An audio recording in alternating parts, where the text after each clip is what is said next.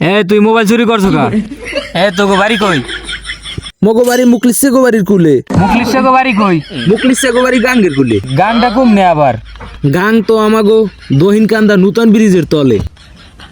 তাই বিরিশটা কম নে। ব্রিজটা গাঙ্গের উপরে।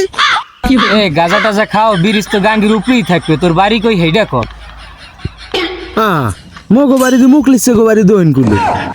ওরে মাবু তোরে মুখলেশ এ মুখলিশে গো বাড়িটা কই হেইয়া কর তুই। আমি গঙ্গা মগো বাড়ি যদি মুখলিসে গো বাড়ি দহিন কুলে হয় তাহলে মুখলিসে গো বাড়ি উত্তর কুলে আমাগো বাড়ি বুঝেন নাম নে।